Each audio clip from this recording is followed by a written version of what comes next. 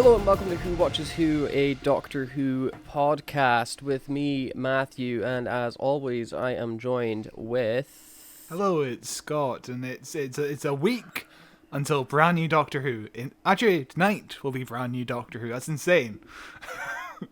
Yeah, because tonight is the fucking Children in Need thing, isn't it? Tonight. So I'll be watching that tonight. I'll be watching that tonight as soon as we stop recording, because we record these live, definitely. But yes. I will. Yeah, no, I'm looking forward to that. I'm sure it'll be fun. It's like 10 minutes or something like that. I don't remember how long they said it was going to be. 7 minutes, probably. 7 minutes. Yeah, that sounds about right. But they said it's not a comedy skit, and it's got Daleks in it from the looks of things. So interesting. We'll get into it. Interesting. Yeah. Because of course we will get into it because we are doing look at the news, and you loyal listener, I'm sure are thinking to yourself, what is happening? How could this be? How could they be talking about the news? It's not the end of the month. What's going on? Has the world gone crazy? And you would be right. The world has gone crazy because new Doctor Who starts next week, and we were like, fuck it, there's nothing else to do. We'll just cover the news. And oh boy, has there been a crap ton of news, so it's just as well that we decided to do this, because this is going to be the last news episode for a while. So it's going to be, exciting. This is a big final news document to look at everything as we ramp up to the 60th anniversary next week. Oh my god, it's finally upon us. Our journey is almost at an end. It still doesn't feel real, Christ. To be honest with you. Like, it still doesn't feel tangible. Yeah. It won't until the day off. And even then, it will still be surreal. It's always exciting when new Doctor Who is around the corner. Remember when we were this far away from Flux coming out, and we were like, where's the trailer? Yes. We've not seen any trailers. At least we don't have that problem this time. Let's take a look at our first news section here with the 3 dates. We finally know what is happening on the 3 dates that Russell T Davies teased last month. The 1st of December, Tales of the... Do you mean December? Do you mean November? No, this came out the 1st of December. Oh, November. Okay, you wrote December here. What is wrong with you? You wrote December in all of them. No, I didn't.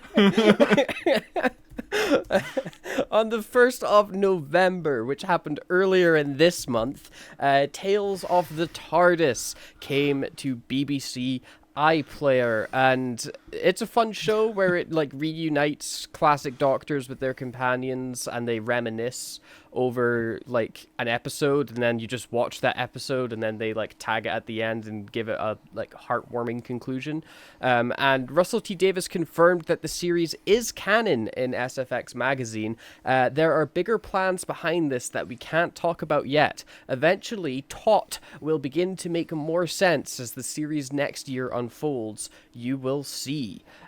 Pete McTighe said, "The Mind Robber was really the scene that I've wanted to write for 40 years. It's all about Jamie and Zoe getting their memories restored, and they're back for good by the end of this tale, which means that they can pop up in a parent show or wherever again, because it always seems so unfair and cruel to me that happens. So we've undone that." So I need to get back in and watch more Tales of the TARDIS. I've only watched one episode so far. And it was a good time. It was wholesome. I've seen 5 of them. I've only seen the segments for 4 of them because I've watched those episodes quite recently, but I watched all of the Mind Robber. Loved the hell out of that. I just need to watch your 6th Doctor story now, and goddamn, very emotional stuff. I was in tears on November the 1st. What about the 1st of December, though? Are you going to be in tears then? I probably will be, yes. But yeah, you can tell there's so much love and care about these characters, because it's been a long while since we've seen most of them, and I love the fact that, my favourite one was the 7th Doctor one, because I just love that relationship between the Doctor and Ace, and it's beautiful. It's beautiful stuff, man. It's really nice. And it's so nice to see so much care about these older companions, and the fact that it's canon is really interesting stuff. So, yeah, we'll see what happens. Yeah, the fact that it's canon is kind of wild. I'm excited to see what that means next year as the series unfolds. Maybe we'll get some spin-offs or some classic Doctors showing up in something. I don't know. I don't know what's going on in the mind of Russell T Davies. The Avengers, but everyone's the Doctor. And on the 17th of November, which is today, that's today when you're listening to it. Oh my God, that's exciting. The TARDIS lands for BBC's Children in Need. This is from the Doctor Who website, and this is basically what we were talking about at the start of the episode. Doctor Who is set to blast this year's BBC Children in Need broadcast into outer space with an exclusive scene that is not to be missed. Ahead of the 3 specials for the 60th anniversary, the brand new exclusive scene will have viewers smiling from ear to ear, as David Tennant stars as the 14th Doctor, who shares an encounter with a mysterious new character played by actor and comedian Mawaan Rizwan. It is then that the Doctor uncovers an age-old mystery involving one of his oldest foes. Written by Doctor Who showrunner Russell T Davies, this otherworldly special is made specifically for BBC Children in Need just before viewers hop back into the TARDIS for a brand new adventure for 3 specials set to coincide with the show's 60th anniversary. BBC Children in Need viewers will also get a glimpse at the creation of the scene, as newly announced companion series Doctor Who Unleashed will also feature a special treat as part of the broadcast, with an exclusive behind-the-scenes clip. That's pretty exciting. It's interesting. I don't know how important it's really going to be to watch. That's the thing. Like Russell T Davies keeps saying, "Oh, this is canon. This is part of the Doctor Who, the Whoniverse. This is canon here. This is canon here, and will have an impact and whatnot." But he said that about the Doctor Who comic book in Doctor Who magazine. Yes. He was like, this is canon, and it will lead right up to the 60th, so it'll be like you could read it, and then at the conclusion of the comic it bleeds straight into the 60th, and you can keep going. And it's like that wasn't really the case. Like, the comic was kind of like meh, as far no one is talking about it, and from the glimpses I've seen, for good reason. So I don't know how important this special is really going to be. I'm sure it'll be fun, and I think it's going to act more as like an advert for the 60th anniversary coming than an actual you need to watch this to get even more out of the episode. It's more like, hey, Doctor Who's back next week, please watch it, please. Which is fair. You need to mark it, I just wonder how this is going to tie in to the 60th anniversary specials, because nothing from the 60th anniversary specials indicate anything to do with the Daleks or Time War or Genesis of the Daleks. Oh my god, what if this is the conclusion to the comic? Because I know the Daleks were in the comic. Yeah. What if this is the conclusion to it? Maybe that's it. The very last line of the comics is the 14th Doctor saying, "I won't be going back to Skaro in a rush."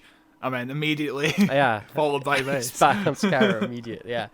That's that cohesive story that I'm talking about. It's brilliant. David Tennant said, "It's interesting. This comedian guy is dressed like the dude from Genesis of the Daleks, so it's suggesting he's a Khalid, which is the first time we've seen the Khalids in a long, long time. So." Yeah, I don't know what's going on in here, but it's interesting. I'm excited to see what this is about and how it ties into stuff. Will it tie into stuff? Well, I guess we'll talk about it next week when we do the Star Beast. We'll briefly talk about this. Yeah, we'll be like, hey, it didn't tie in at all. What's this about? 0 out of 10. David Tennant said, "Every year that I was on Doctor Who, we did something for BBC Children in Need, so it only feels right to be doing something this year. Children in Need is a national tradition. It's certainly a BBC tradition, and Doctor Who is part of that. I'm so glad we were able to give Children in Need viewers this little extra treat." Mawaan Rizwan said, "It was such an unbelievable joy to work with my Whoniverse idols, David Tennant and Russell T Davies. My inner child was losing his mind on set." Russell T Davies, the showrunner, said, "Doctor Who is a fine tradition of supporting BBC Children in Need, and I hope that fans and new viewers alike will be able to watch, enjoy, and contribute to this wonderful cause." And 7 o'clock today, that happens in Children in Need on BBC One. Mm-hmm. So I look forward to watching that and being like, oh, that was okay at the end of it. So that's exciting. It's our first actual look at the 14th Doctor in person as a character. So Weird. What a weird way to introduce a new Doctor properly. I in mean, the Children in Need episode. I mean, it fits with tradition. The first time we saw David Tennant properly was in the Children in Need sketch, Born Again. It was like a 7-minute sketch immediately set after the regeneration. And we didn't get much of David Tennant in the Christmas Invasion either, so it was like our first proper glimpse for him for like a long time. And also, even in New Earth, he wasn't even playing the Doctor that much. He kept on body swapping with Cassandra, so he wasn't really playing the Doctor until true. episode 2 of series 2. Takes a long time for him to kick in as the Doctor properly. Yeah. And then on the 23rd of November, so this is 2 days before the 60th anniversary airs, is Daleks in Color. The Daleks return, and this time in color. It's time to encounter the Daleks once again, but this time in a way you've never seen them before. As part of the 60th anniversary celebrations of iconic series Doctor Who, one of the show's most renowned tales is undergoing an out-of-this-world update as it receives an artistic colorization. Originally transmitted in December 1963 until February 1964, the Daleks were introduced to audiences and soon became one of the Doctor's most formidable and enduring foes. These 7 original 25-minute episodes have received a cosmic makeover. This is written very silly. Having been dazzlingly colorized and weaved together into a 75-minute blockbuster to appeal to today's modern audiences. With brand new sound, a brand new score created by Mark Ayres, the Daleks has been gloriously updated while ensuring the original classic story remains as thrilling as it was when it began in 1963. I am very excited to watch this on the 23rd. I think I like the stills and images we've seen of the colorization are like interesting because everything is so bold. I wasn't expecting so many bright like blues and it's very bright looking and it's cool. But like a new score with that sounds ace. I think this is going to be a really fun time. From my understanding, the new score will be just a recreation of the original score, but because they're chopping around scenes and putting them in different order, you would have to, invent a new score essentially, but fitting in the tradition of the original score. So it's going to be interesting to see how close it is and how it fits. No, that will be interesting. In Doctor Who magazine, Russell T Davies said, "Many years ago, I worked with a very astute producer who absolutely drilled into me that children would not want to watch black and white television. It's a barrier to entry. So I'm absolutely dedicated to the idea that the back catalogue should be colorized. That's my aim, and it has been since day one in the job." The 2023 cut also features new dialogue from Russell T Davies and recorded by original Dalek voice actor David Graham, now a spryly 98. Jesus Christ! I wonder what the new dialogue's going to be.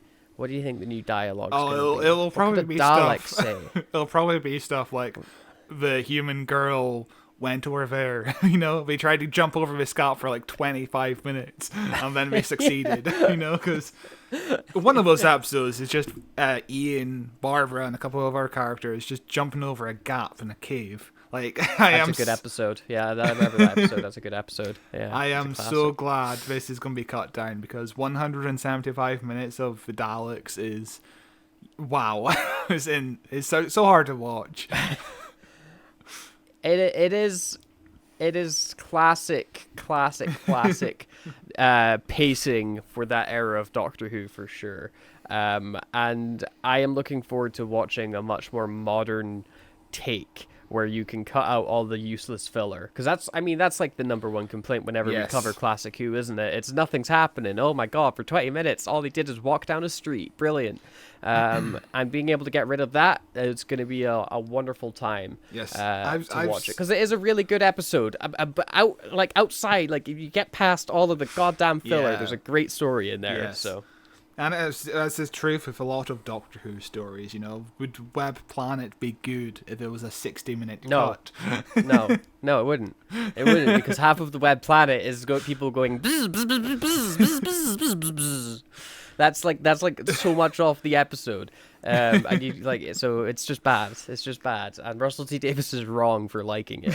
And of course, we've seen a lot of people complain about this on the internet, saying it shouldn't be touched and it should be just kept to the original standards. And who the fuck cares? You know, colorization has always been controversial. You know, like Ted Turner in the 80s wanted to make his entire catalogue of movies that he bought into color because the theory was, but nobody would want to watch black and white movies, which is fair enough in the 80s. Like, you just bought a new color TV, you want to watch color stuff, you know?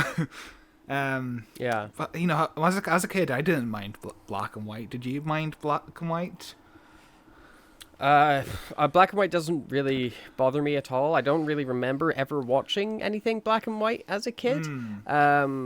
But like as a teenager and an adult, like I don't really give a shit if it's black and white or in color. Sometimes black and white can add to an aesthetic more than take away from it, you know, which is kind of what you see with this, with the colorization, where everything like it looks cheap in black and white. You stick some color in that, and oh boy, it looks worse. Because you know, you know, black and white productions have to use bold colors on their sets to make, you know, because if otherwise everything would just be white, you know, because you need to have different contrast in colors to make everything pop with all the different grays. Like the Monsters house in the TV show The Monsters, the whole house is pink because it shows better in black and white. Like, that's one of those things. It's interesting to think about, but it's interesting that they're keeping so faithful to the actual colors of all the sets, you know. Yeah, it's weird. But I'm not against colorization as far as it does it. I think it's a cool experiment more than anything, you know. As long as we still get the original 7 stories, I'm happy, because the original 7 stories is more available than ever before, you know. It's on BBC iPlayer. It's the most available this shit could ever get, honestly. And it's just great, you know.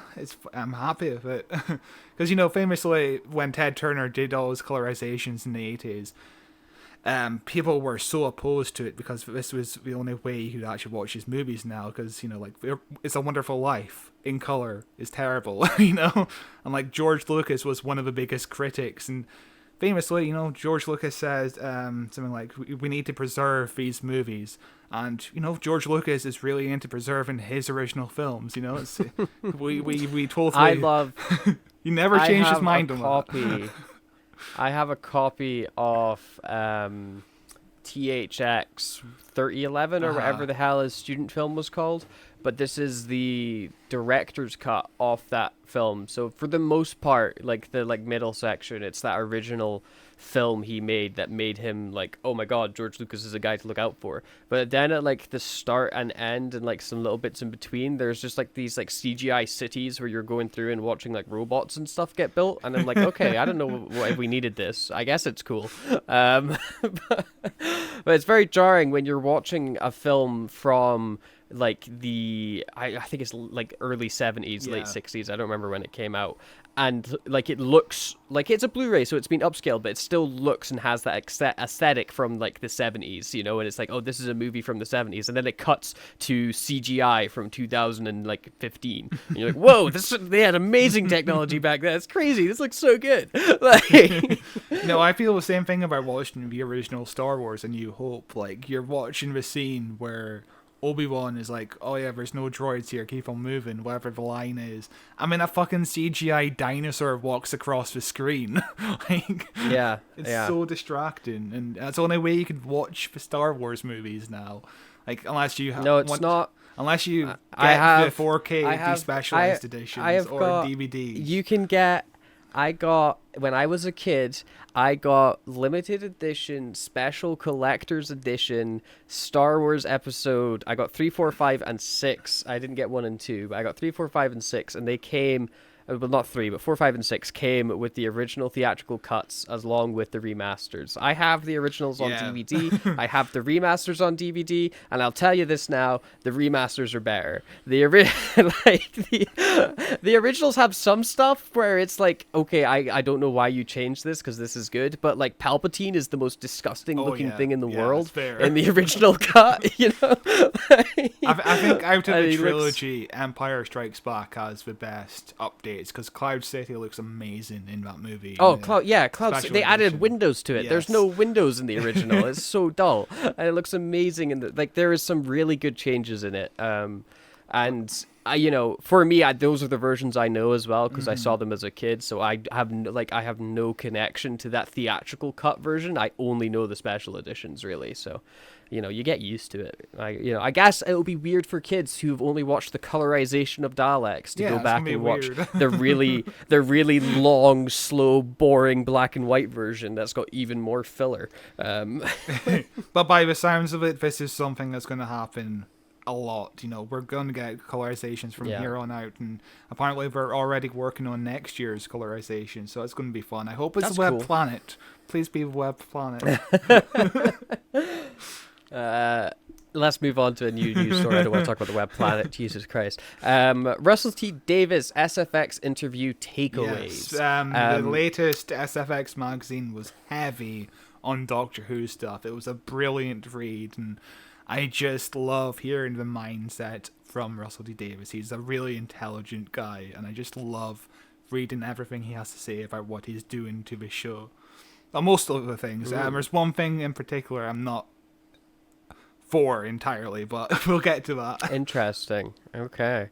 The first quotes we've got here. I got asked to showrun a British Marvel show, but they said, we can't tell you what it is. To this day, I watch them and I can't work out which show that was going to be. Obviously planning to make a British Marvel show that I haven't seen. Has that happened? And the only British show I can think of, Moon Knight or... Yeah. Moon Knight? Is there any other ones? There's Moon Knight. Moon Knight is the only one that takes place in, like, London, I think it was. I presume a lot of them do shoot in Britain, but we're not really British, you know? So I don't know. Yeah. It's interesting. Or maybe they just approached him to do something they then scrapped because we didn't want... Yeah, it could be... But it's interesting. Russell T Davies doing a Marvel show would be really interesting. I presume he would not like doing it, though, because he had a lot of complaints against Loki doing their bi representation, where Loki's like, oh yeah, I date some guys. Anyway, that's all the LGBT representation in the Disney shows. Just casual references, you know? Well, you got to be able to cut it out for the China market, you know? It's a terrible disgrace, but... I'm glad, I'm glad he's not tied up into Marvel and now he's doing Doctor Who again, because the future looks bold, especially with all these LGBTQ representation. I wonder if he will face some of the same constraints, because it is, produced by Disney at the same time, same as Marvel. Maybe I guess they're just not trying to break into like the Chinese market with it, or the like the Saudi market or anything like that. Maybe they're just like, screw it, this is just for the West. I don't know. No idea. RTD talks about how there's plans for him to stay for a 4th season. SFX asks if this makes him the new John Nathan Turner. RTD replies with, I love JNT. I swear I would have made him part of the team. He'd be head of international sales. That's part of bringing Mel back. It was to right a wrong. I think, all right, she's perhaps wasn't done brilliantly at the time, but I think memory has been a bit sour with her. I want to put that right and have a better Mel and a proper Mel, a Mel that JNT would be proud of. So he's very much mentioned in conversation a lot of the time. So this is plans for him to stay for a 4th season. Is that talking about Shooty? Yes. Okay. Maybe Shooty. I don't know if he's planning to stay on for a 4th season. But like Russell that is, era. So like three seasons with Shooty and then a 4th season as well. Or is the 60th counting as a season? How are they counting seasons here? But it is really cool that Russell is planning on staying for a 8th series in total. He's done 8 years Yeah. on the show sporadically, but compared to I don't. John Nathan Turner, who did like 11 years, that's insane. Yeah. I don't expect RTD to be leaving anytime soon. No. With all the plans that he's got for Doctor Who and all of the shows, and like that's what I was saying, like I think he's going to be the Kevin Feige of Doctor Who. Yeah. That's what he's trying to set himself to be, is in charge of everything but not the solely responsible. Like he has final say and send off on stuff, Yeah. but other people can be in charge of other stuff and things like that, but he's the thing holding together all these strings. That's how I see him. I can see him maybe leaving by the end of the decade, maybe like by 2030. He'll leave Doctor Who entirely, but he would still be like the president of the Whoniverse, whatever you're going to call that title. Yeah. And he'll put Moffat in charge.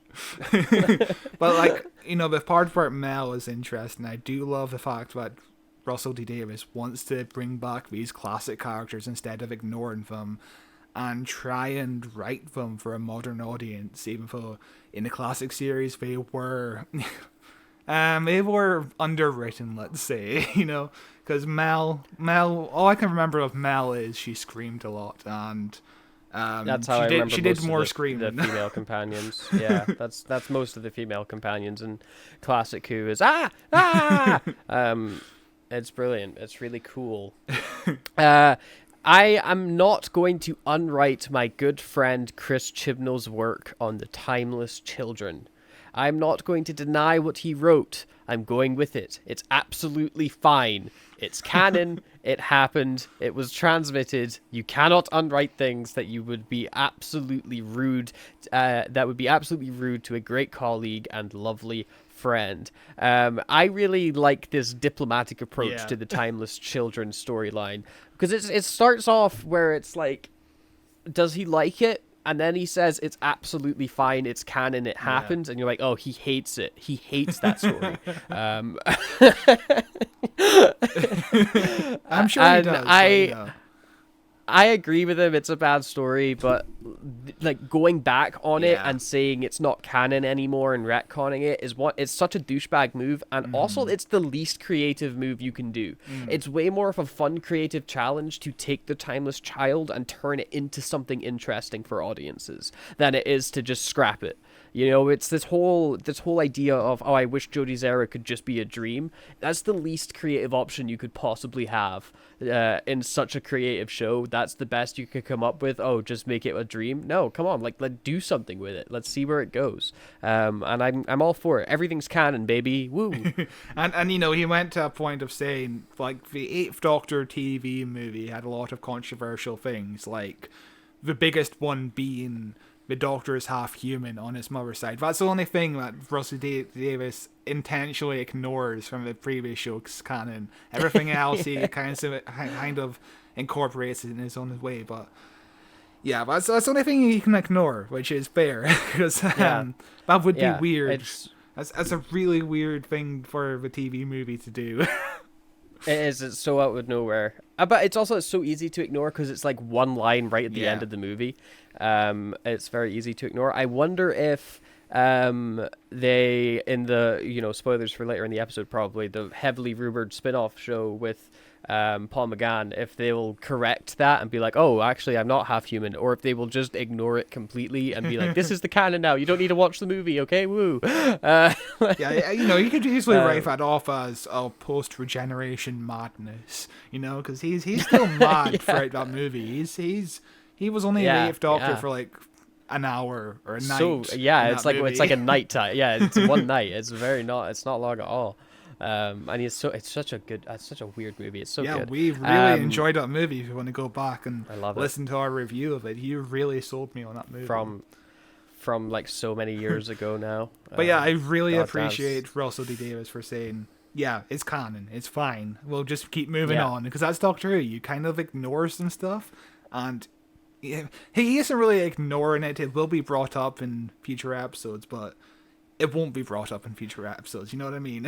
It's one of those things. Yeah, it's you can go back and you can watch an episode of Classic Who, and it's the most bonkers, insane episode you've ever seen in your life, and you're like, I guess this is canon. And it has no impact on the rest of the show, but it's like, okay, I guess this is what's happening now, and they've gone back and they've fixed things, and look, it's the same idea as the Morbius doctors and things like that, isn't it? In that episode came out, it's like, oh, okay, I guess this is canon. I will just kind of ignore it. And then in the Timeless Children, or in that Capaldi episode as well, they mention it, and they keep bringing it back briefly. Where they're like, oh, this is a thing, by the way, and you're just left to be like, I don't understand it though, and they're like, don't worry. yeah. Doctor Who canon is fucked anyway. There's no sense to the canon. Do what you like. Who cares? I think people are beginning to ask, why is there no big Disney push behind this? That's coming in redacted. Oh, we're not supposed to say redacted, are we? Next year, season 1. Yes, we're calling it season 1. What fun that is to be controversial.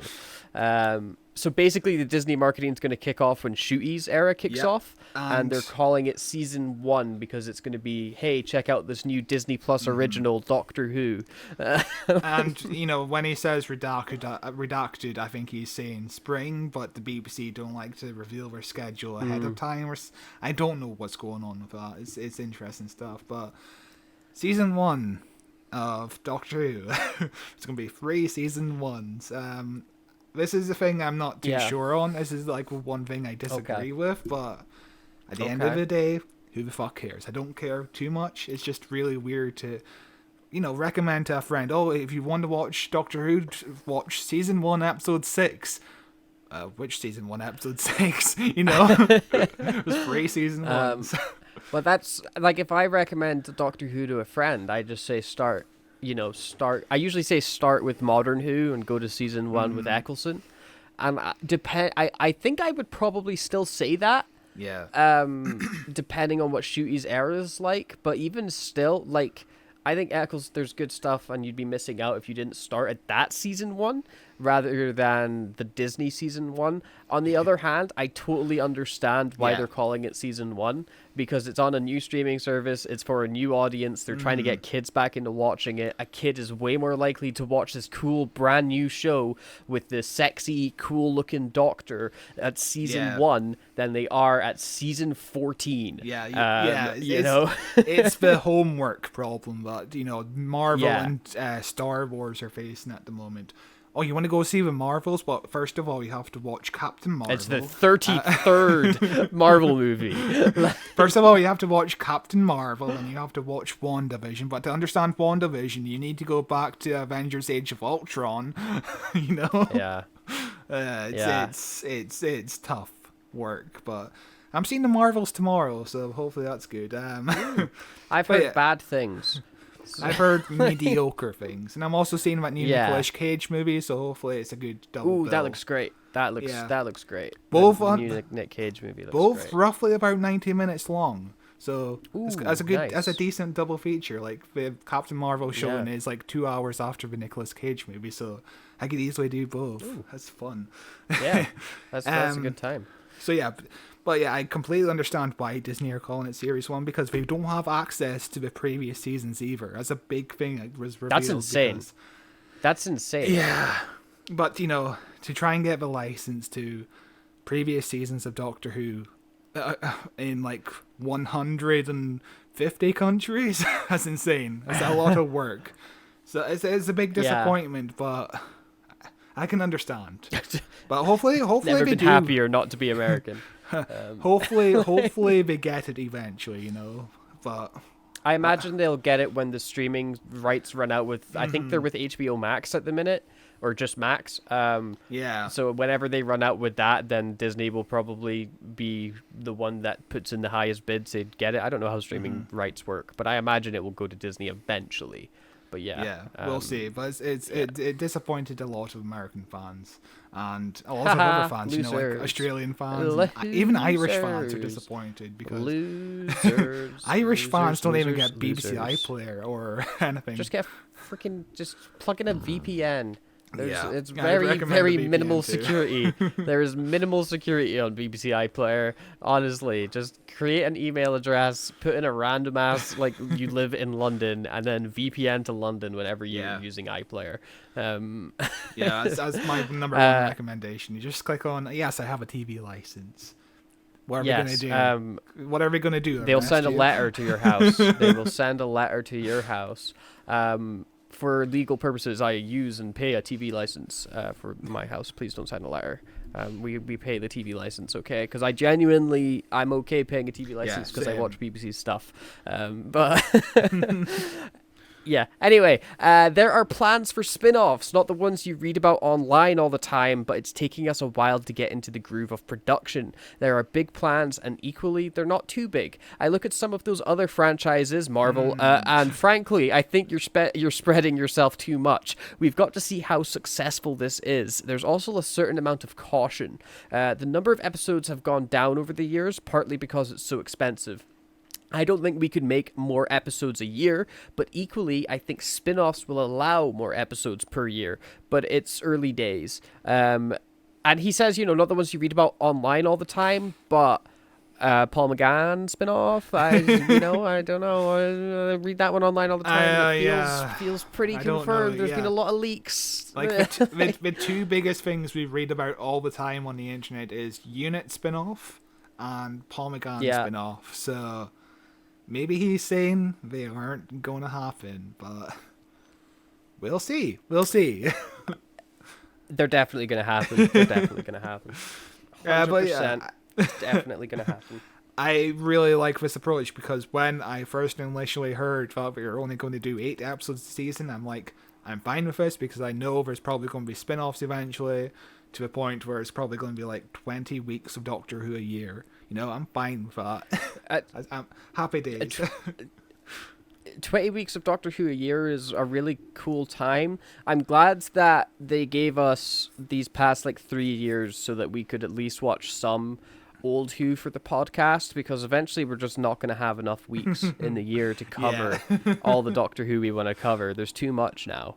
Oh yeah, next year's schedule is only I think we're only doing 5 stories next year.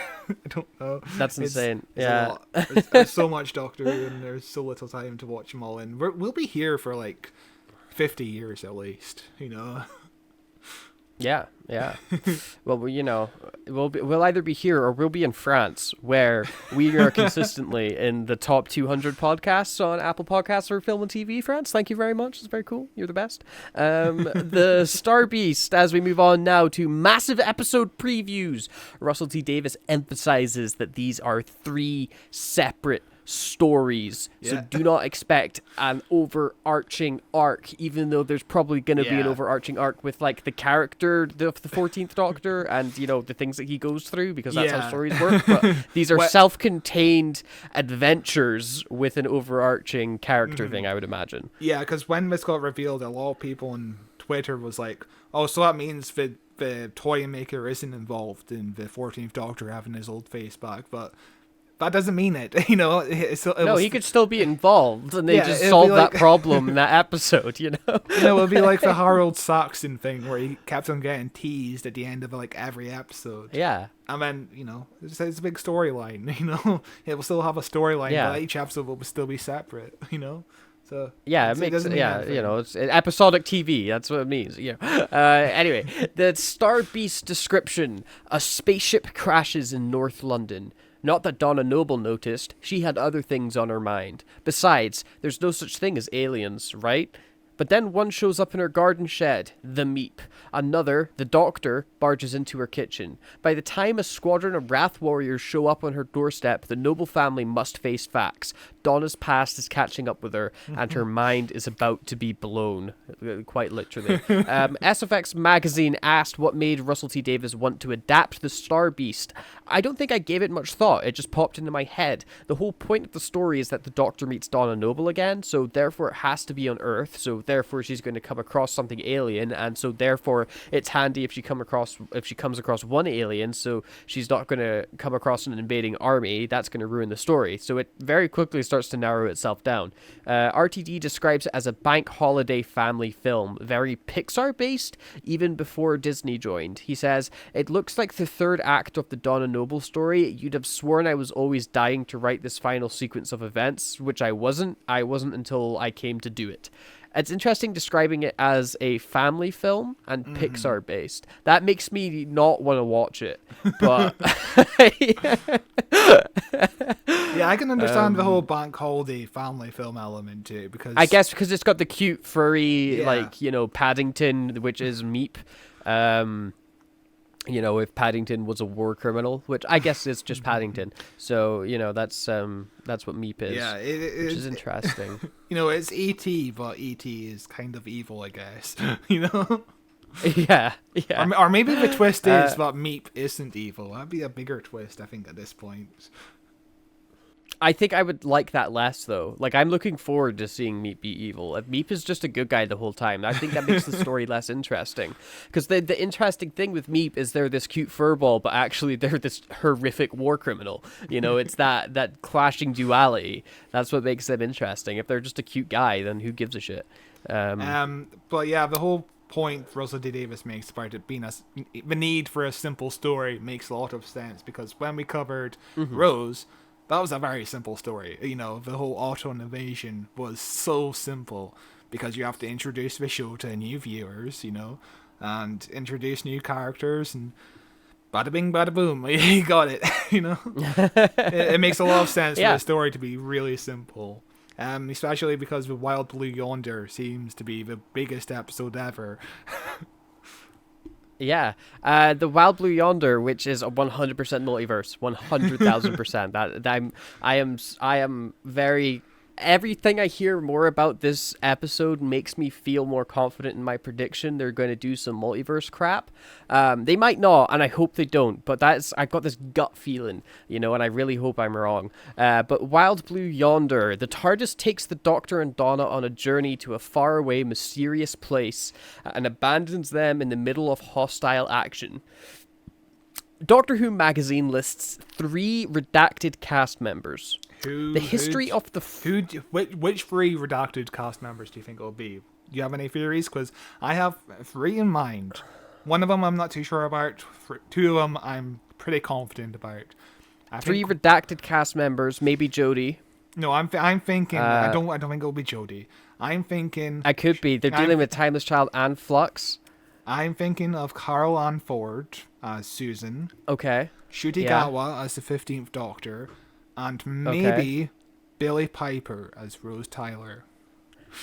Okay. I don't know if we need Rose in that episode. As the one I'm not too sure about, but Russell T Davies loves Rose, so maybe. Yeah, but he's got a new Rose. There's a new Rose now.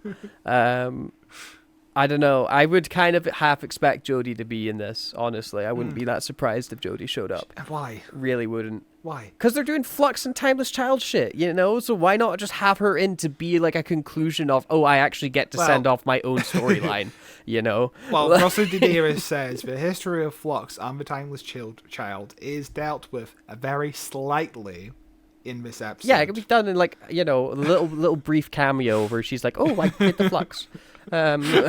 She did the Flux. To acknowledge the brilliant work Chris did and to say that's absolutely part of our history too. So I think this will be the last time we hear the word Flux in this show. Well, it'll be the last time you hear the word Flux as in the giant space thing that eats everything. Like, the word flux itself is said all the time, like, the capacitor's in flux, or the whatever. Anyway, in SFX, RTD describes it as weird. It's weird. That'll do. The most astonishing barricade you'll ever see. I don't know. Phil Collinson in SFX said, "It's genuinely unlike any other episode of Doctor Who I have ever seen. It's just got an atmosphere and a horror all of its own." It feels honestly groundbreaking, not just in terms of Doctor Who, but in terms of production, in terms of the way we've made it. Virtually every shot is a VFX shot. It's a feat all of its own, and once it's transmitted, you'll be able to write reams and issues, and there are so many things we're going to be able to tell you about how we made it and how we did things. It's the most fascinating piece of drama I've ever made. Episode 2, in a way, feels like what we've come back to do. We've come back to break ground. We've come back to make the show in a way it's not been done before. We've come back to make the sort of drama that people will stop and talk about at the water cooler or online. It's exciting and groundbreaking, and no one's worked like this the way we made in episode 2. It's a roller coaster, and it will be amazing, and it's 100,000, 100 billion% a multiverse shit, where he's going through various multiverses and seeing other versions of the Doctor or his own timeline or some shit like that, and they're like, oh my god, wowee, this is cool. That's what it's gonna be.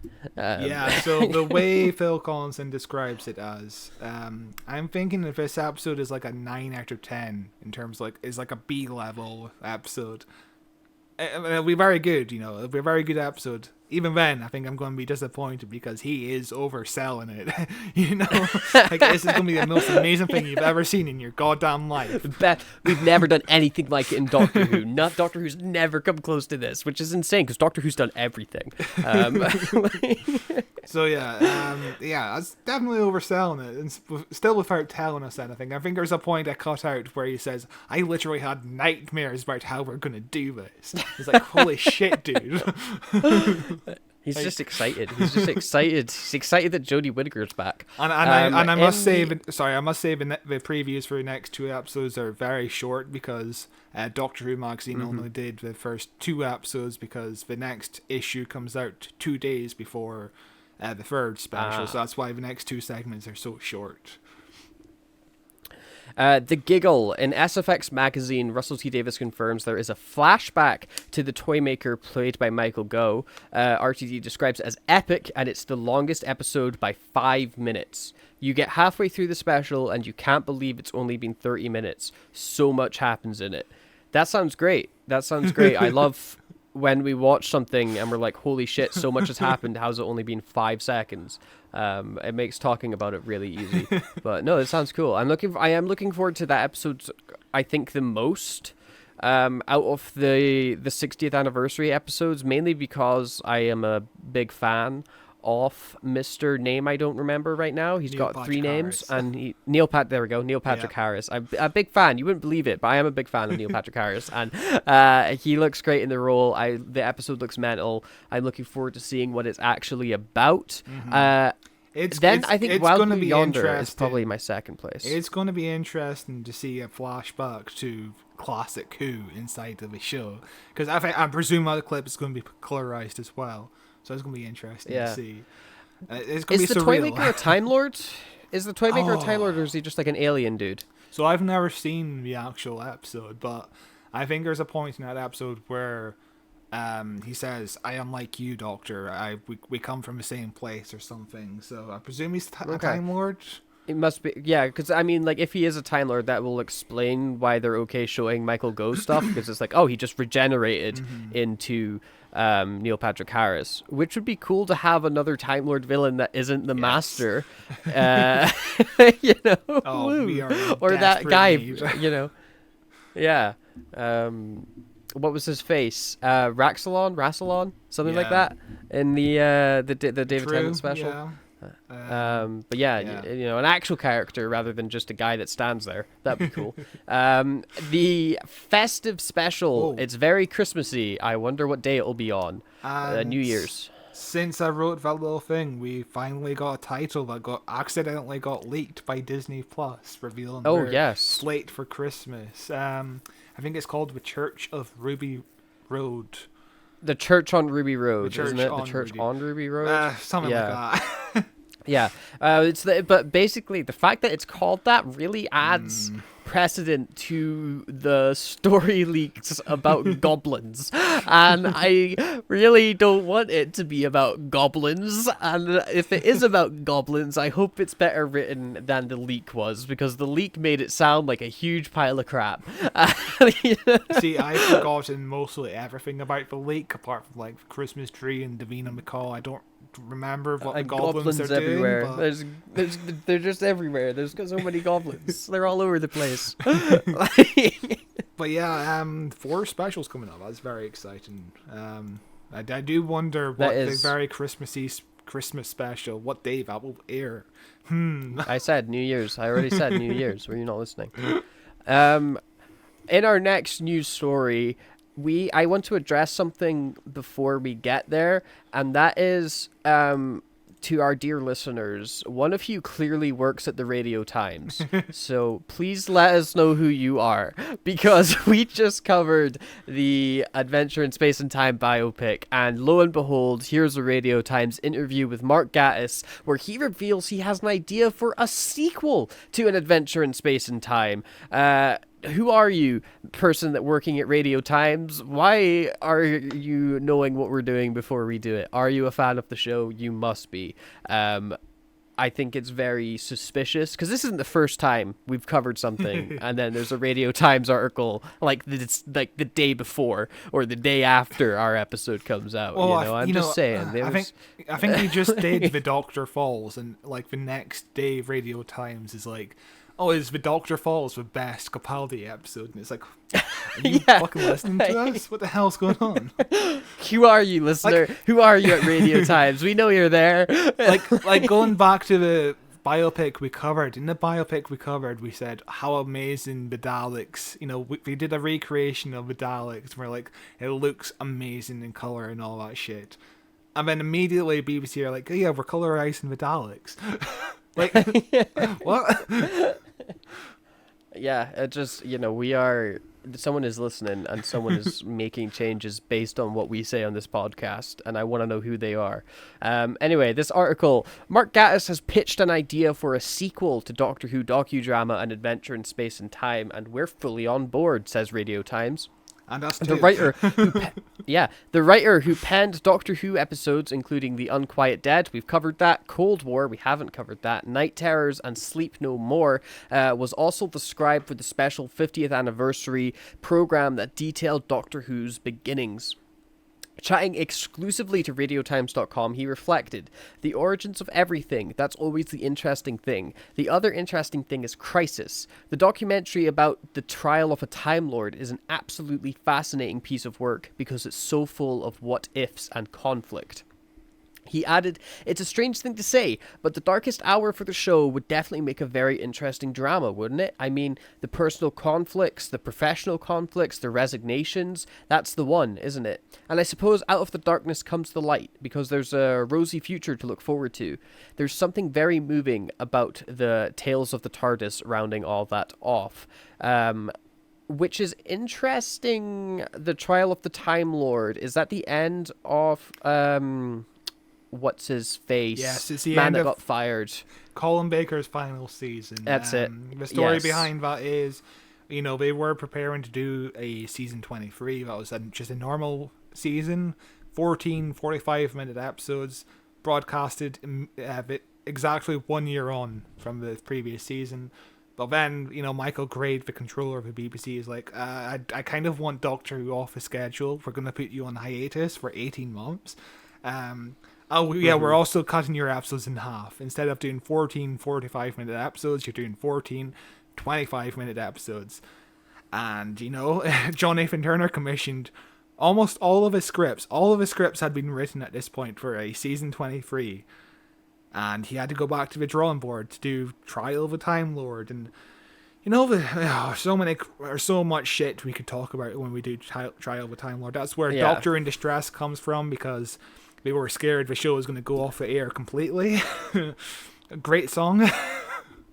It's such a sad time as well, because Colin Baker ended up having to take the hit for the show, and he is so goddamn good as the Doctor. Yeah. We've covered Colin Baker episodes that are atrocious. Really, we watch it and we're like, this is a terrible episode, but he shines in it. He was never the problem of his era at all. He was absolutely awesome as the Doctor, and at least it's one of the good things about Big Finish, I suppose, is he gets to continue on. But I will always remember Colin Baker as the guy that sat and watched me get my photo photo taken with Paul McGann for no real reason. I think he was just bored. He was just sitting in that room looking at me like, why is Colin Baker here? This is surreal. But there's so much that could go into this biopic. It's perfect for a biopic because you also have the breakdown of the personal relationship between Eric Sayward and John Nathan Turner, the script editor.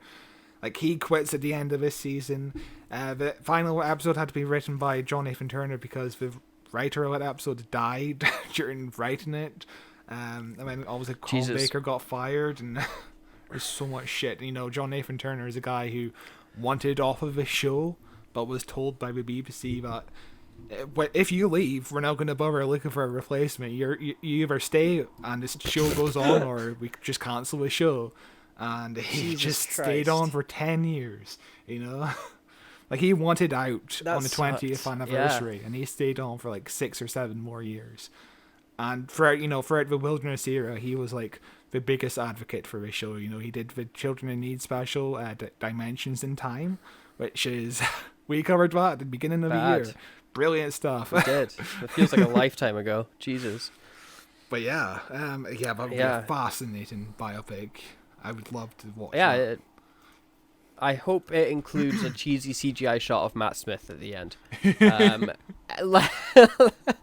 As we go, and let's look at some rumors. And one of our last little news segments, we've got a lost episode of Doctor Who has been found. This is from The Guardian. Lost Doctor Who episode found, but owner is reluctant to hand them to the BBC. For Doctor Who lovers, they are missing the crown jewel, lost episodes of the first series of the TV sci-fi drama shown in the 1960s. But now film recordings of not just one, but 2 of the early BBC adventures, both featuring the first Doctor, William Hartnell, has been found in Britain by amateur sleuths. The episodes, one featuring the Daleks, would offer viewers a chance to travel back in time without the use of the TARDIS, but the Observer has learned that the owners of the rare rediscovered footage are not prepared to hand it over to the BBC, even as the clock ticks down to the 60th anniversary of the show's launch this month. Veteran film collector John Franklin believes the answer is for the BBC to announce an immediate general amnesty on missing film footage. This would reassure British amateur collectors that their private archives will not be confiscated if they come forward, and that they will be safe from prosecution from having stored stolen BBC property, something several fear. Some of these collectors are terrified, said Franklin, who knows the location of the 2 missing Doctor Who episodes, along with several other newly discovered TV treasures, including an episode of The Basil Brush Show, the second to be unearthed this autumn. We now need to catalogue and save the significant television shows that are out there. If we are not careful, they will eventually be dumped again in house clearances, because a lot of the owners of these important collections are now in their 80s and are very wary, he added. Discarded TV film was secretly salvaged from bins and skips by staff and contractors who worked at the BBC between 1967 and 1978, when the corporation had a policy of throwing out old reels, and Hartnell's Doctor Who episodes were far from the only ones to go. Many popular shows were lost, and other Doctor Who adventures starring Patrick Troughton and John Pertwee were either jettisoned or erased, and a missing early episode of the long-running sitcom Sykes, starring Eric Sykes and Haiti Jacques, I don't know how to pronounce your name, has also been rediscovered in private hands in the last few weeks. And the article continues on. It's on The Guardian if you want to read it. It's a really long read, but it's quite interesting. And I think the key takeaway here is there is missing Doctor Who episodes, but they are too scared to hand them over because they fear prosecution from the BBC. And I think the idea of a general amnesty, it makes so much fucking sense. I don't understand why the BBC hasn't done it sooner, honestly. From what I hear... Who gives a shit? Oh, your granddad stole something from a bin in 1967 from a thing that we didn't want to keep a hold of, and now we're desperate to get back. Nah, guess what? We're going to sue you. No, fucking just general amnesty. Who gives a shit? No, from what I hear is... This is just what I've read on Twitter. I know nothing about this topic, but from what I hear about this topic from other people online is this is already in place at the BBC, and okay, like we don't care. They'll have to accept anything you have, and They won't. Okay. They won't. Maybe they just need to communicate that to these people. Yeah. I mean, also I read that even if even if they do feel reluctant to hand it over to the BBC, the BFI often acts as like a mediator between the collector and the BBC to anonymously hand it over to the BBC. Like the BFI is very good for doing that. So yeah, a lot of people are calling bullshit on this story. So I know nothing about this, but take it with a grain of salt. It is The Guardian, The Guardian's more reputable than most other news sources as far as British papers go. Yeah, British papers don't go very far. But yeah, do take it with a grain of salt. But it's interesting if true, because it would be great to have more stories or episodes found. It would be cool. Speaking of taking things with a grain of salt, this is something you absolutely should not take with a grain of salt. You should believe it 100% and be really mad when it doesn't happen. This is from The Mirror, exclusive. Paul McGann set to make a comeback as the 8th Doctor in new Doctor Who spin-off series. Paul McGann is set to make a comeback as the 8th Doctor in the new Doctor Who... Sorry, hang on. Okay, cool. This Mirror article, right?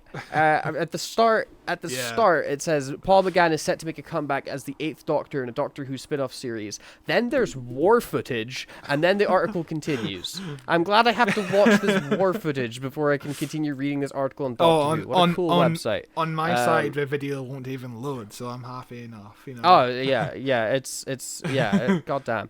The 63-year-old actor had the keys to the TARDIS for the 1996 television film and co-producer between BBC Worldwide and Universal Studios, which was an attempt to revive the sci-fi show after it was cancelled in 1989. His incarnation of the Time Lord built up a loyal fan base since, due to the audio adventures he has voiced.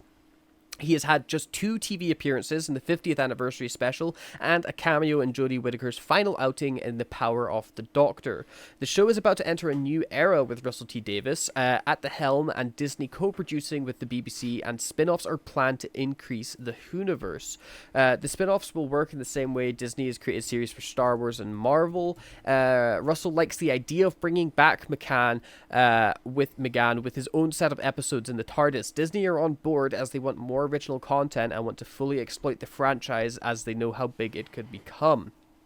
Other spin-offs include Unit and I think is that just okay? Just also Unit. Doctor Who returns later this month. It's a really bare bones article. And it doesn't provide any sources or links. It's just kind of like a trust me, bro sort of article. A source said, just a source. Not a source closely linked with the BBC or someone Disney. We know said that Paul McGann's. Maybe they were listening to our podcast and we say Paul McGann's coming back every week. So, but yeah, take it with the biggest grain of salt. I so want it to be true. Want it to be true, man. Oh my god. I don't want to be a downer, but if you want an 8th Doctor spin-off series on TV, you might not have much time left. I know Paul McGann looks fit, but he is in his mid-60s. He's in his 60s. Yeah. But you could easily do a mini series with Paul McGann back for 8 episodes only as the Doctor in the Doctor Who 8th Doctor Adventures or whatever the hell they'd call it. Probably that, honestly. But he can handle 8 episodes. He's in good fit shape. We saw him in person this year. Yeah. He does not look or act like he looks 20 years younger than he is. It's incredible. Yeah, it's incredible. He's almost a decade older than William Hartnell was at the beginning of the run. Yeah, it's insane. That's insane. But yeah, no, he'd be perfect. Yeah. I would die. I would die just one series, even just one. Just one 8 episodes. That's much. I'll take 4. One story spread across 4 episodes. I'd be so on board with this, but it's also a thing of people pointing out 2 two shows with two different doctors at the same time is a bit counterintuitive. Maybe I don't know. I don't know if They won't care. I would love it, but a lot of people are like, yeah, a spin-off with another doctor wouldn't work. But I think it would work. I think it's fine. I think it would work, and I think it's a special case Yeah. because Paul McGann is the only doctor that never got a series. You know, like every other doctor has episodes where you can go back and watch, and then you see them look at Paul McGann, and you've only got the movie. You know, and it's like there's so much to explore with his doctor that the show can do. And also, Paul McGann only has half of his own movie. Yeah, he doesn't show up until like half an hour into the movie. Yeah, Sylvester McCoy's in that movie for ages. So yeah, he is like, you couldn't go back and be like, oh, we're gonna do a spin-off show with the Seventh Doctor, or we're gonna go to a spin-off show with Colin Baker's Doctor. One, because they're kind of too old to go to play the role of their doctor still in a series.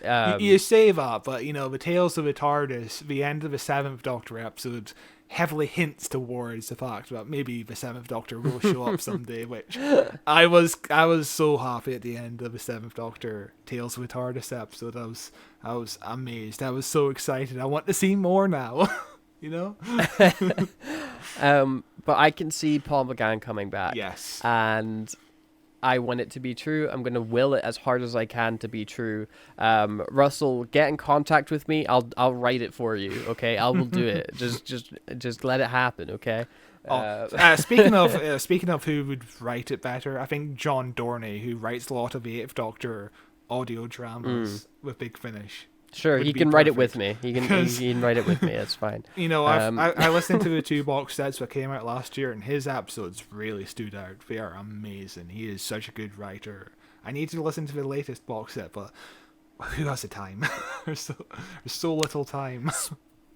Speaking of who has the time, let's take a look at what is coming up for this next period with Doctor Who releases. There is a crap ton of stuff coming. So, on November 18th, Radio Surviving Doctor Who, an A to Z, BBC Radio 4 Extra Episode 1. That's a really long fucking title.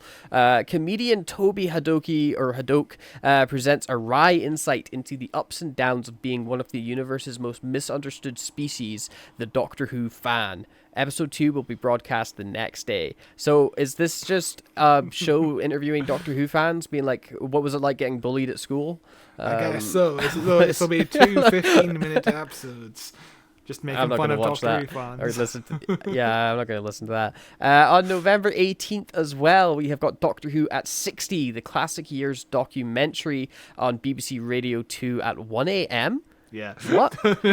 Jesus. Jo is joined by fans, stars, and writers of Doctor Who as she takes a trip through the Whoniverse to discover the amazing stories behind the rise and fall of a British institution. A documentary on the modern years airs straight after, at presumably 2 a.m. Can't wait to listen to that the next day. Why are you airing it so early in the morning? What is that about? Because this radio documentary has been shifted around the timeline, because it was originally at the start of November, but even then it was always at 1 a.m. and I don't understand why. Like, what's going on? Yeah, that's dumb.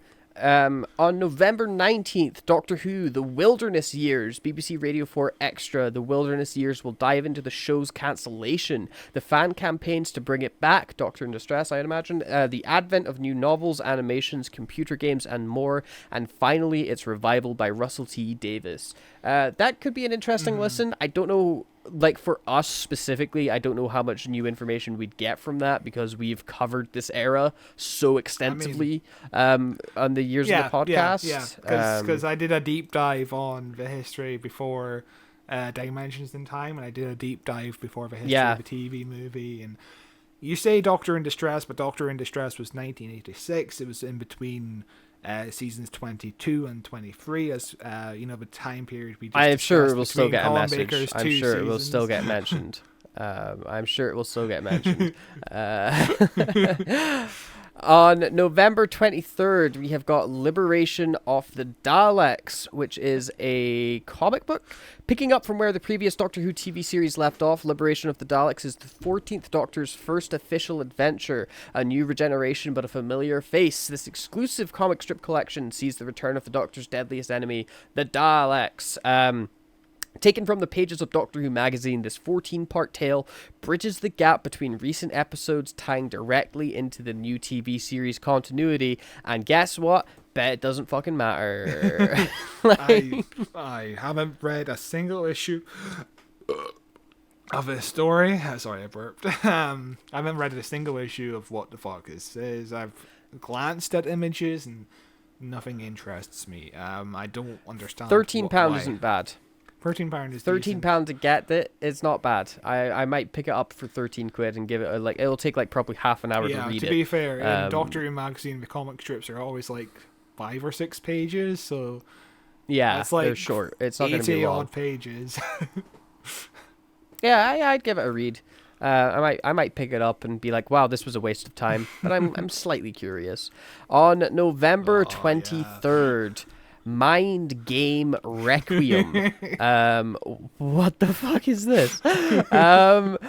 Mind Game Requiem. 3 alien beings, a Sontaran officer, a Draconian nobleman, and a human mercenary find themselves transported to a remote asteroid by a mysterious alien who wants to test their worthiness for his race's master plan. Now, in one complete set, you can experience the complete Mind Game story in this 5-part epic, starring Sophie Aldred. What is this? What is this?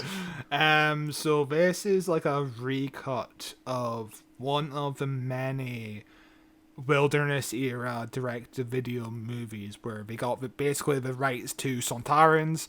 We're going to make a movie about Sontarans. This is Mind Game. It was released in there was 2 films in this series called Mind Game in 1998 and Mind Game Trilogy in 1999, and now it's been recut into 5 separate episodes with new special effects. It stars Sophie Aldred, who played Ace in the series, and now she plays a human character in this story, apparently. One of the stories is written by Terrence Dicks, who did work on heavily with the John Pertwee era, and we talked about him before on the Three Doctors podcast we did. He was heavily involved with the show basically throughout the entire Classic Who run. So I've never seen it. It's from Real Time Pictures. I've never seen it. It's something we should pick up someday. Is it coming out on DVD or Yes, Blu-ray? Like it'll be this is just a letterbox link. Where do I order this? How do I order this? Where's the link to order this? I need to order it now. It's probably on the Real Times Pictures website. I don't believe that they have a website. On November 23rd, there's also a book coming out, Rose, the Illustrated Edition. We covered this when they announced it. This is the novelization of the episode Rose by Russell T. Davis, and I'm sure it will be fine. I can't wait to not really read this, but it's cool that it exists, I guess, and the cover art is nice. Yeah, there's a lot happening on the November 23rd. I wonder why. Is this a special day of some kind? Nope, just the same day as any other. The real special thing happening on November 23rd, of course, is Bargain Hunt, which is included here for some reason. Bargain Hunt set for Doctor Who Special. The fan favorite produced by BBC Studios sees 2 teams of amateur collectors face off against each other to bag the best bargains, with these specials featuring some extra special hunters. Eric Knowles grabs his scarf and sonic screwdriver to present a special episode marking the 60th anniversary of Britain's best-loved action-adventure show, Doctor Who. After encountering a Dalek and escaping into a TARDIS, he's transported to a Carmarthen Antiques Fair, where he meets 2 teams of die-hard fans, each hoping to exterminate the competitors. Their companions for the day are experts Richard Madley and Kate Bliss, both dressed as 2 well-known doctors, but which team will win the cosmic battle to make the biggest profit at auction? This sounds like it's going to be really bad, and I can't wait to watch it. It's going to be cool to watch it just to see all the knack, to see all that Doctor Who knack that's everywhere, that's going to be great. But I've never watched Bargain Hunt in my life. Like, yeah, I'm kind of interested to watch it in terms of like all the collectibles they do and all the props and Yeah. costumes. But you know it's going to be front loaded with a lot of cringy skits, you know? oh, there's going to be some bad humor. Oh, yeah, there's going to be some bad humor. I can't wait. Can't wait. It's going to be really, oh, that was rough. But look at cool Davros. At least that's fun. On November 24th, on the radio at 9 p.m., Doctor Who 60 Years of Friends and Foes on Radio 4. Sue Perkins explores how the program has reflected our social history across the decades, both on and off screen, from advances in technology to politics, violence, gender, and sexuality. Sounds woke. I can't wait. There's a lot of stuff happening on the radio. Yes. When the fuck was the last time you listened to the radio? Just a few weeks ago when the concert was on. Besides the concert, before that. Yeah, Honestly, I it's don't strange. know. Yeah, it's. I guess it's cool. I wish it was on TV. That's the Yeah. thing. Is I wish it was on TV because it'll get more eyes on it. Like nobody is really gonna tune into the radio to listen to this except for the diehard fans, which I guess is who it's for. Yeah. Which is cool. I will, you know, I've got the BBC Sounds app downloaded. I will probably same. add them to a queue. And then just I forget never about listen to them. them. yeah. I will probably do the exact same. Number 9, soundtracks on November 24th. Time and the Rani / Revenge of the Cybermen. Oh. This is a link that doesn't work. And cool. a link that doesn't work. So these are 2 links that don't work. So you'll just have to take me at face value when I say that title and just believe what I say. Next up, November 25th at 8:30 p.m. These are beautiful covers. I am interested because I'll send you the cover to Time and the Rani, which I just found. It's a beautiful cover. I think it's very colorful, and I'm interested. I would buy this with this cover. You know, it's a beautiful cover. It looks like a Big Finish cover.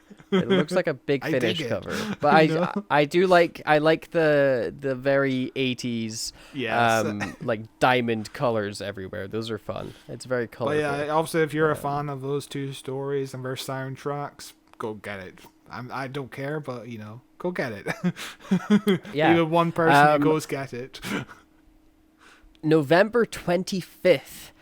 That's a special date for some reason. Is it? 8:30 p.m. Doctor Who 60 Years Secrets and Scandals on Channel 5. This is what everyone really cares about on November 25th. Channel 5 explored Doctor Who's secret and scandals in a new documentary. TV Zone can reveal details about Doctor Who 60 Years of Secrets and Scandals, a new documentary which will air in November as the BBC celebrates the show's 60th anniversary. It's like a hit piece. It feels like they're trying to do a hit piece on the show.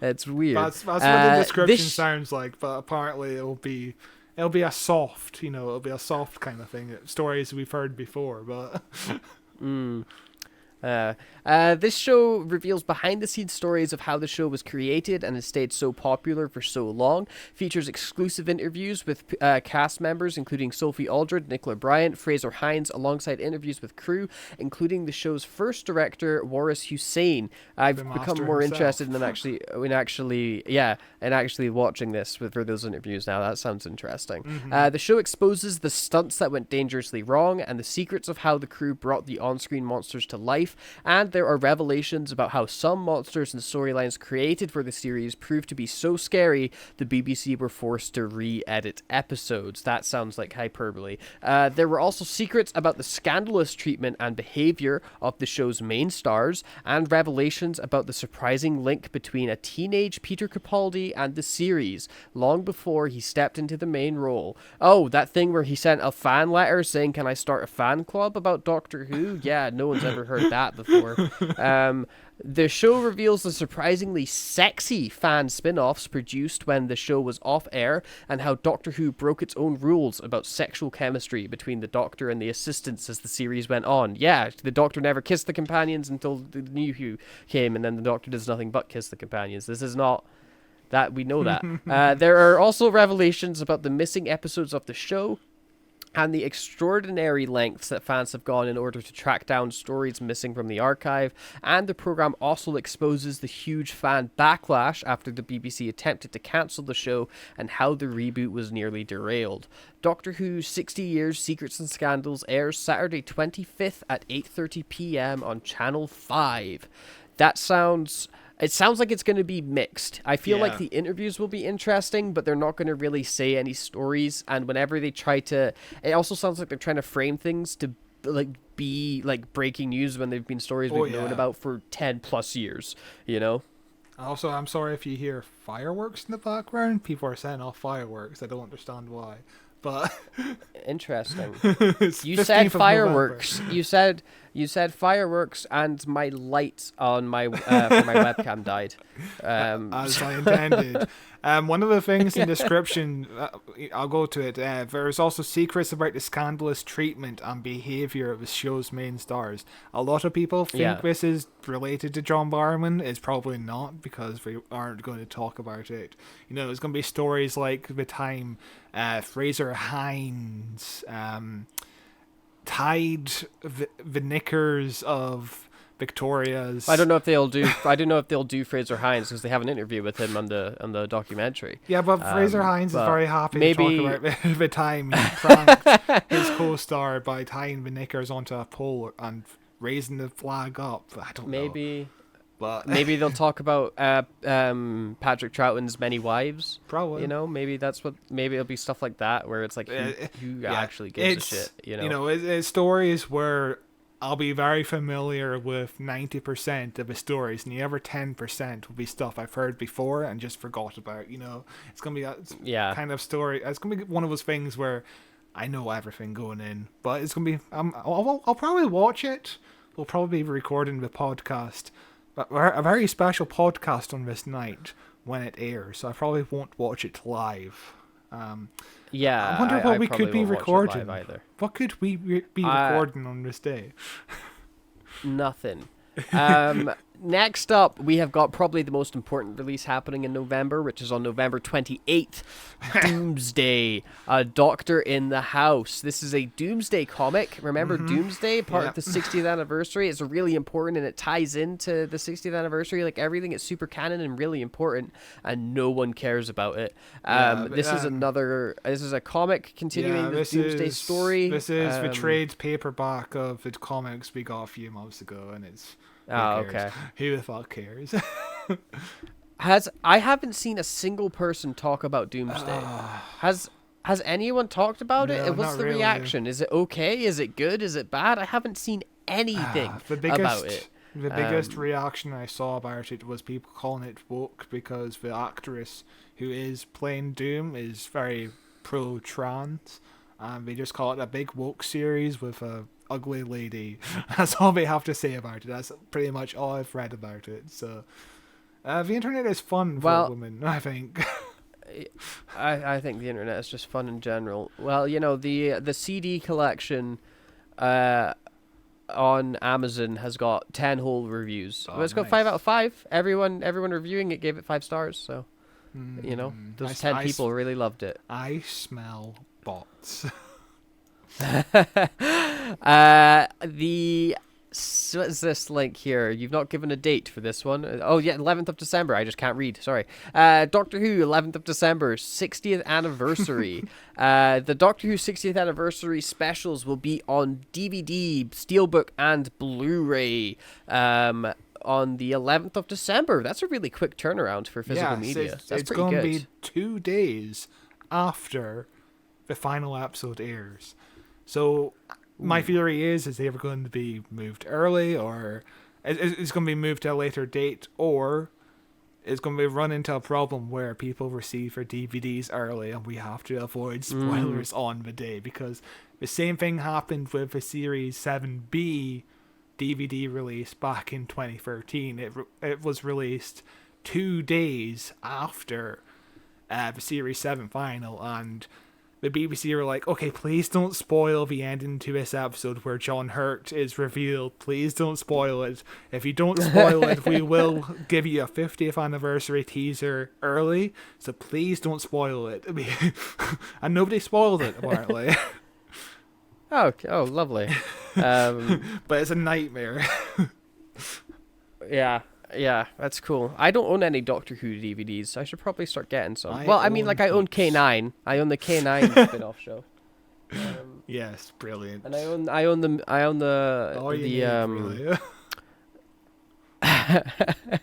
yeah, yeah, basically. But I don't own any of the TV show episodes. I should probably start collecting those at some point. I don't like watching TV shows on DVD though. I find it annoying. I much prefer watching movies on DVD. I understand. Yeah. And also on December on December 11th we have a book coming out. May I make a note here? It's the day before my birthday, so hint, hint, hint, hint.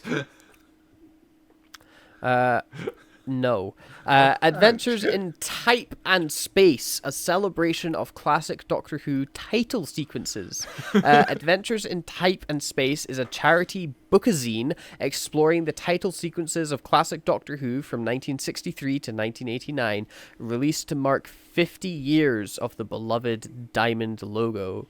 Doesn't it mean 60 years of the Diamond logo? Why have they written 50? Is this a... Are they silly? Yes, Are they silly? They're silly.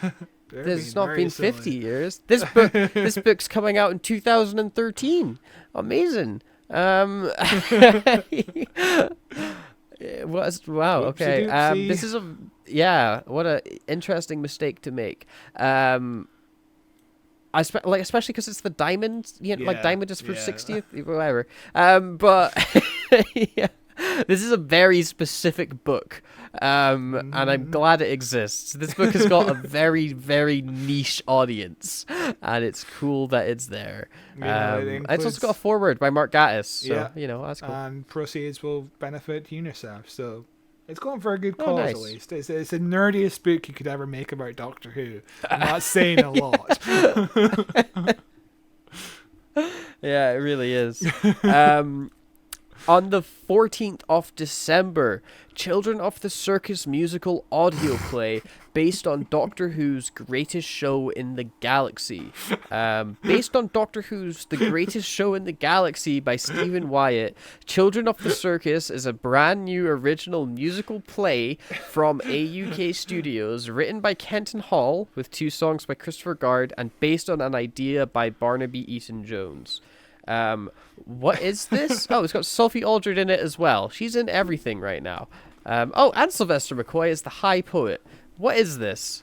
What is this, Scott? What have you linked me to? This is one of those things where, because the BBC, in classic Who terms, basically gave the original characters to the creators, they could do whatever they want with these characters. And so now this is just a story based off of Doctor Who's Greatest Show in the Galaxy, which is the season 24 episode, I believe, or 25 episode. I can't remember. 25 episode, season 25. And this is a musical based on that episode. It's a musical sequel to that episode. Interesting. What a weird thing to exist. What a weird thing. Who listens to Children of the Circus when? I haven't seen the original story. I need to watch the original story. So. Too bad. Too bad. This is celebrating the 35th anniversary of the Greatest Show in the Galaxy. And, excellent. That's the real Doctor Who anniversary this year. That's the real one. That's the real anniversary. Christopher Guard wrote the music for this. He originally played Bellboy character in fucking the episode, so I guess he wrote it and stars in it, and this is just him really having fun, I guess. I'm sure it'll be silly. I'm sure it'll be a fun, silly time. More power to them. I want more weird Doctor Who things again. But for the last section of this news episode, let's turn our eye towards Big Finish as we look at the upcoming releases for the month of December. And first up, we have got 13X, Doctor Who Short Trips, The Hoxteth Time Capsule. George White experienced exciting, sometimes dangerous escapades throughout his professional and personal life. Now he loves to arrange public talks to share memories and pictures from his adventures around the world. At an event in Hoxteth, he meets a colorful stranger for the very first time. But if George can't recall ever meeting this man before, how can it be that the Sixth Doctor clearly appears in so many of the photographs that George took more than a decade ago? Cool Sixth Doctor story, I guess. I've never heard of it. This is one of our contests they do every year where somebody submits a script or a short story, and this is the winner, I guess. Sounds cool. Oh. I keep on meaning to enter one of these things, but I keep on getting too busy and not really having the time to think about a story I want to write. So, but every year I'm like, I'll enter that, and I completely forget about it. Yeah, I've never entered it or thought about it either. I don't know. I'm nervous to write a Doctor Who thing. There's so much pressure because I love it so much. I'm like, what if I do it bad? You can't do it as bad as most of Doctor Who writers.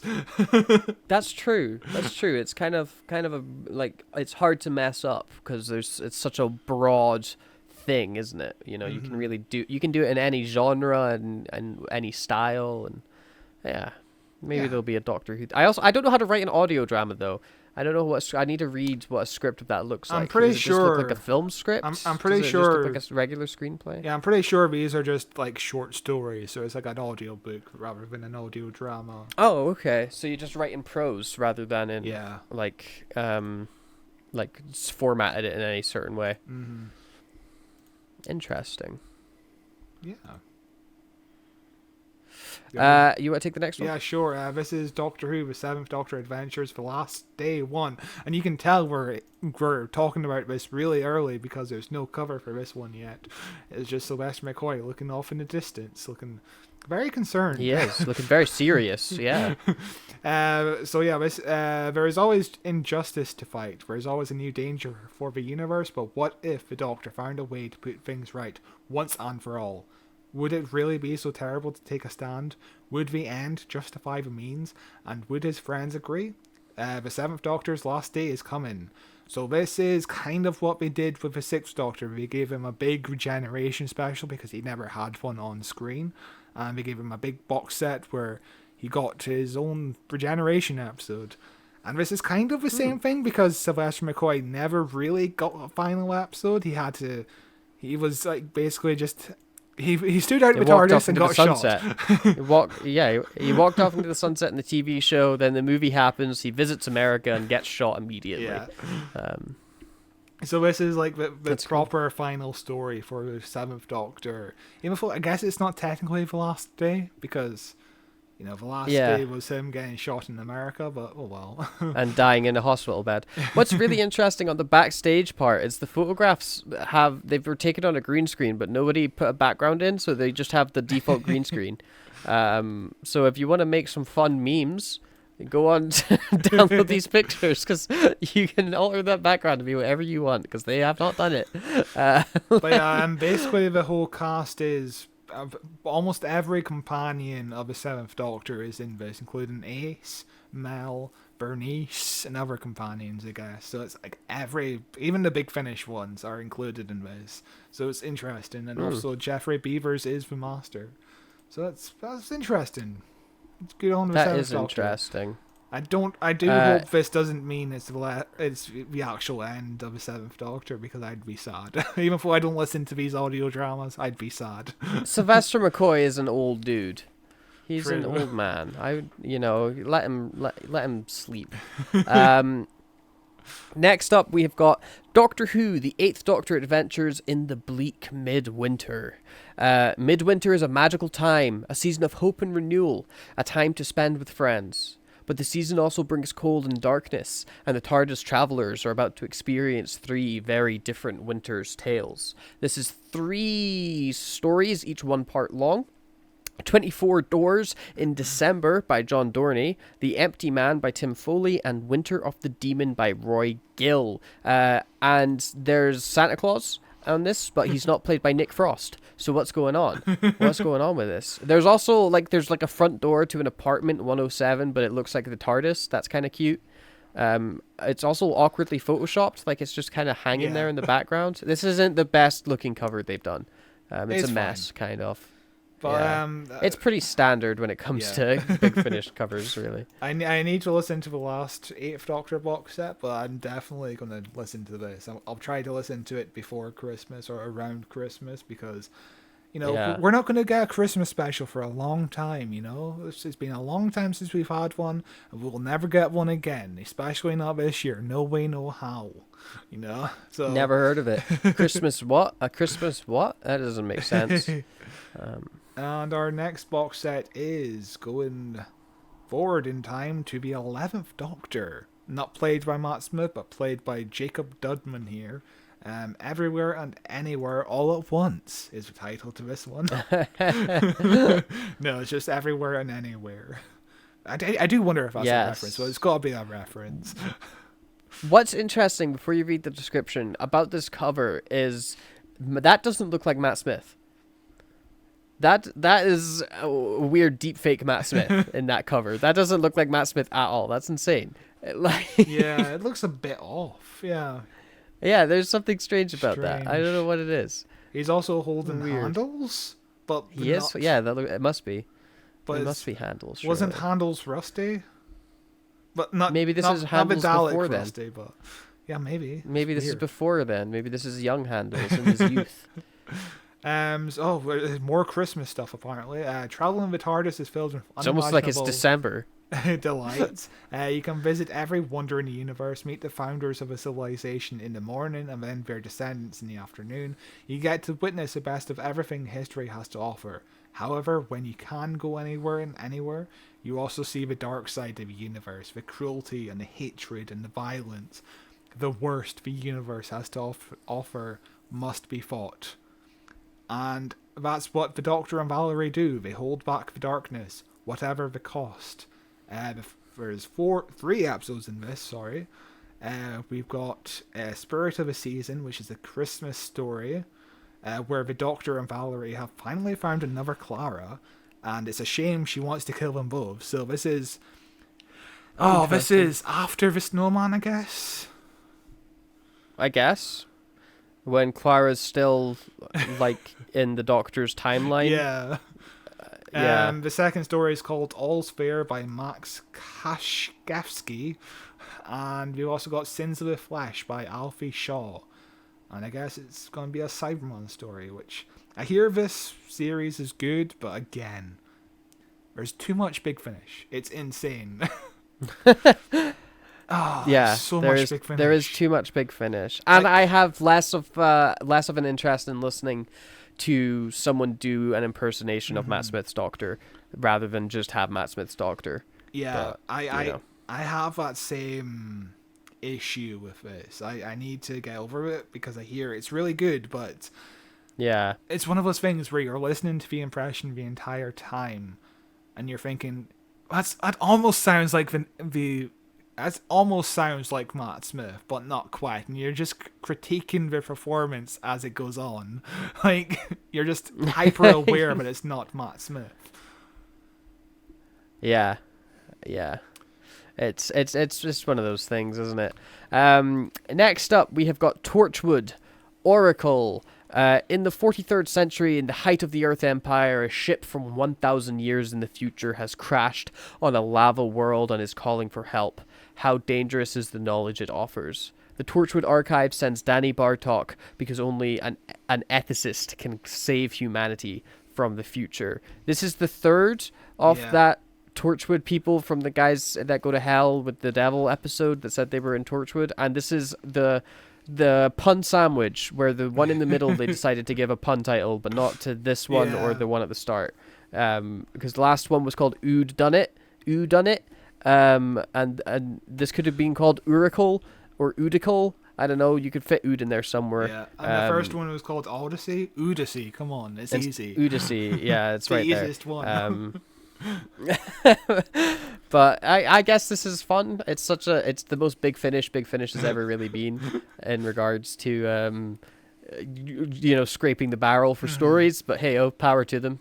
There's been huge rumors that apparently Big Finish are getting even more restricted with what they can do from now on by Russell T Davies. I'm not sure how true it is. I didn't look too deeply into it, but I'd kind of be fine with this because there's so many stories that sound interesting on paper. Oh, more Seventh Doctor stories? Yes, gimme. But Big Finish, just between the Eighth Doctor story, the big Eighth Doctor's box set and the 11th Doctor box set, that's 6 episodes between those 2 box sets, and there's also the 7th Doctor box set. We'll probably have 3 episodes as well, and that's 10. Although I mean, like we're kind of seeing maybe what Russell T Davis's plans for Big Finish could be. Like announced like today, wasn't it, that Big Finish is on BBC Sounds, so you can listen to 5 Big Finish productions on BBC Sounds now. We'll see.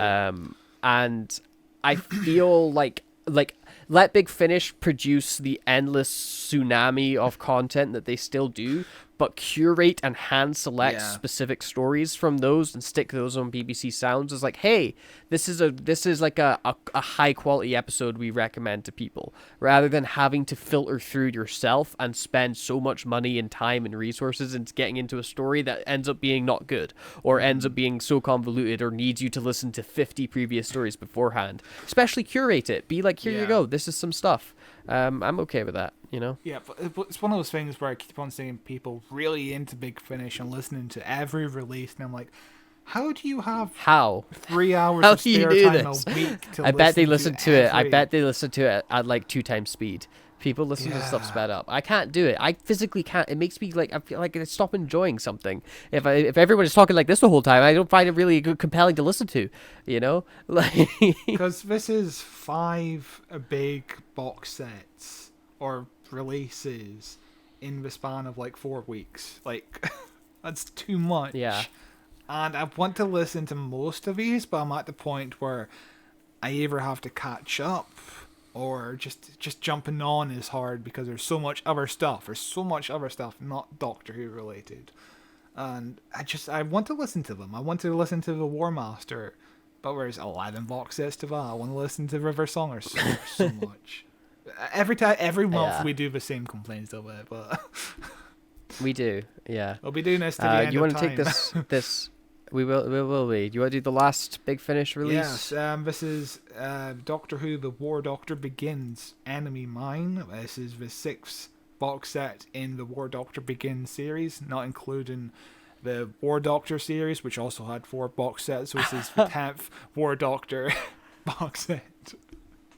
This one's interesting. There's a certain other Doctor on the cover. It's Mr. Paul McGann from Power of a Doctor, which is such an interesting choice to pull from. Because that is him straight up from Power of a Doctor. That is a cap. They must have been so happy when he came back for Power of the Doctor. They're like, oh my god, we can get some new Paul McGann images. Just take more photos in the car park, So the description reads: Doctor is no more. A warrior has joined the Time War between the Daleks and Gallifrey, but how far will he go? What lines will he cross? And how much of himself will he sacrifice? We've got 3 stories in this one. The first one is interesting. The Hybrid's Choice. It's a hybrid. The hybrid. I'm the hybrid. Who's the hybrid? You're the hybrid. The second one's called Fear Nothing by Mark Wright, and the third one's called Exit Strategy by Mark Fitton. Matt Fitton, not Mark, you son of a bitch. And the first one is written, I didn't mention his name, but it's Ajaz Awad Ibrahim. Is that... Yeah. I don't know if that's a decent pronunciation. I'm sorry. I'm terrible. Yeah, it probably isn't, but yeah, it's cool. So, War Doctor stuff is cool. I like the idea of doing the War Doctor stories with like a young John Hurt War Doctor. I think it makes it way more tragic as well that Paul McGann regenerated into a young man, and when we see the War Doctor, he is so old you know, and it's like you have been as this doctor for so goddamn long fighting in this war, and it's such a fascinating character to me, and I am. It's a box set, like a series that I would be tempted to get into if, again, there wasn't so much and there was more hours in the day. Because just from a character standpoint, I think it's so goddamn interesting and so tragic. Love it. Yeah, I'm just interested in how the Eighth Doctor fits into this. It feels like another grab bag of, let's add this random character to this story. Will he fit in? I don't know. We'll see. There is something interesting that you could do. It could be like a Christmas Carol kind of story where a previous Doctor meets the War Doctor and a future Doctor meets the War Doctor. And it's kind of like a Christmas Carol kind of situation there. Because the War Doctor is the most Scrooge-like. Yeah. That would be an interesting way to take a War Doctor story. That's what I'm writing for next year's Big Finish contest. I've got it. Okay, you do that. I'm going to work on a different idea. But that does take us to the end of this month's news episode. The last news episode for a wee whiley, as we ramp up to even more Doctor Who stuff coming up. As next week, I finally get to say it, next week we are going to be covering the first episode of the 60th anniversary with the 14th Doctor. Isn't that insane? That is happening next week. God damn. And just to throw this out there, we won't have an episode next Friday, but we will have an episode out as soon as we can after the first episode is out. So probably with Sunday. Yeah. Monday maybe. There's no promises, but it will be out as soon as possible, which I'm so excited. Yeah, I can't wait. God damn, it's the next episode is the 60th anniversary. We're finally here. Awesome stuff. And we'll be covering the 60th throughout the entire run that it is on, as we then end up leaving into December, because the 60th is running right the way into December. Interesting. That's why we're doing the news now. After that, we will be taking a brief look at I say a brief look, it'll probably be like 12 hours long, but we're taking a brief diversion, I should say, away from New Who and looking at Twice Upon a Time, the Peter Capaldi special, which I'm looking forward to revisiting. I haven't seen it since it aired, and it feels like a nice cap to both the Capaldi series, because, you know, we did Capaldi's final very recently, so it was a nice cap to that, and also a nice cap off because we did Adventure in Space and Time, and this, of course, features David Bradley as the First Doctor again, so it's kind of just a nice bow on everything, you know? It's nice perfect Christmas to do. bow. I'm looking forward to going back to it. I hope I have a more positive reaction to this, but we'll see. Maybe I'll be so excited by what we see from the 60th anniversary, I'll be more positive about it. Who knows? Okay. And then we will be looking at the new Christmas special just after Christmas Day, probably, because we're not recording on Christmas Day. That's insane. But we will be looking at the new Christmas special after that. And then that's it. That's the end of the year. Crazy. We have got 5 episodes. Crazy. 5 episodes left of the podcast this year. There's 5 episodes left of the podcast, and that is crazy to me. And you know, when we started the year, the whole plan was to, let's do a big countdown to the 60th anniversary. Let's look at every Doctor in chronological order. This will take ages, and it was over in a flash of an eye. You know, it was. Yeah, it flew by. It just flew by. It flew by. It's insane. Yeah. Like, to think we started the year off with the mind. Sorry, what was the episode called? The Time Meddler, not the Mind Robber. The Time Meddler. Yeah, insane. Yeah, the Time, so long Time ago. Meddler. Does feel like a lifetime ago. So yeah, cool. That's awesome. And it's been a very good year for the podcast. I'm sure we'll talk more about this come Christmas when we wrap up for the year. But very exciting stuff. You can subscribe to the podcast here on YouTube if you're watching us, where it is available in video form at youtube.com/@WhoWatchesWhoPod. Make sure to subscribe and like the video. You can also get this podcast in audio form anywhere you get podcasts. We are on Apple Podcasts, especially if you're in France. God, they love us there. Apple Podcasts, Google Podcasts, Amazon Music, Spotify. There's an RSS feed where you can find us on your podcast app of choice. Just plug us in and you can get us in your ears every single week on Fridays. We have a Facebook page at Who Watches Who where you can follow us on Facebook. We also have a Twitter account at Watches Doctor if you are for some reason using that. Yeah, sorry, x.com. If you are for some reason using that, you can follow us on there. In the meantime, we will leave you for now and see you when we talk about the Star Beast. God damn. Bye. Bye.